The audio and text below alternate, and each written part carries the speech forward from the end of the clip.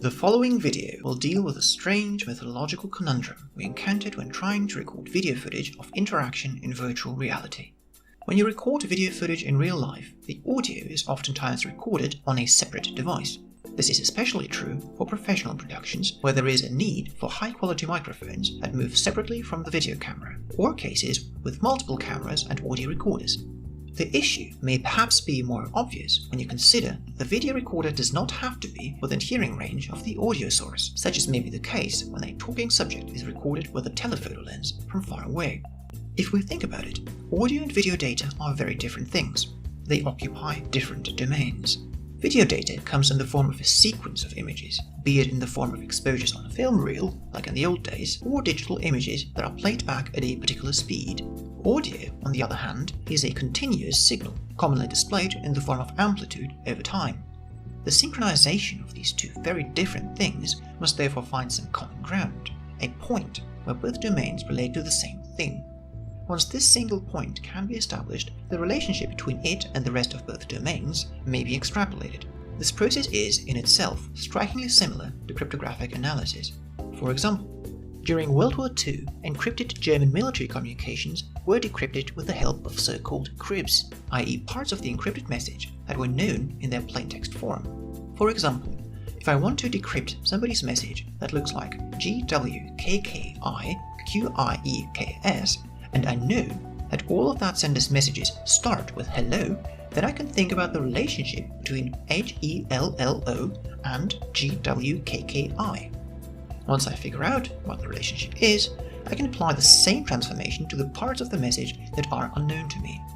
In this case, GWKKI was generated from HELLO by shifting each letter on a QWERTY keyboard to the left. H becomes G, E becomes W, and so on. Consequently, to get from QIEKS to the plaintext, I just have to shift each letter to the right, yielding WORLD, world.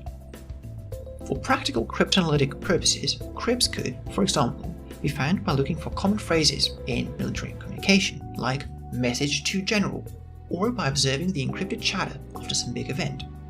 If an Axis-controlled port with a 5-letter name was bombed by Allied forces, cryptanalysts could check the ensuing German radio chatter for consistently repeated 5-letter sequences and extrapolate the cryptographic system from that point, because the name of the port would be known. With a bit of luck and a ton of computational power, an entire day's worth of military communication could thereby be decrypted.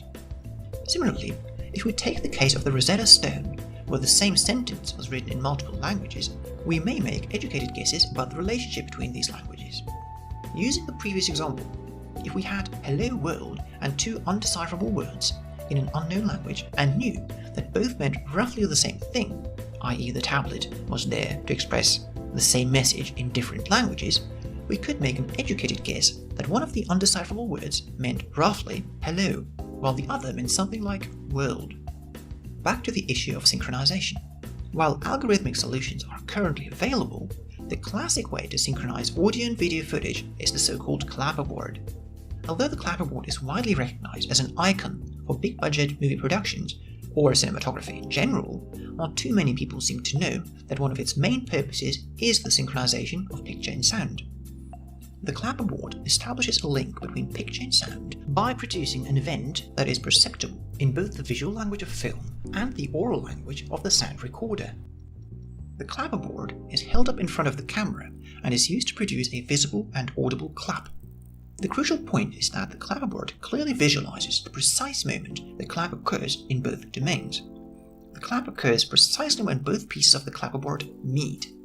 This makes it possible to find the frame where the clapper is closed, which can then be matched to a corresponding spike in the amplitude of the audio waveform. In other words, the clapperboard is an ingenious device that makes it possible to relate two different languages that are recording the same event in different domains. This is all well and good when both the audio and video exist within the same physical reality. The entire working principle of the clapperboard depends on this. There must be an event that is observed by both the video and audio recorder. This brings us to the problem of video and audio synchronization in virtual reality.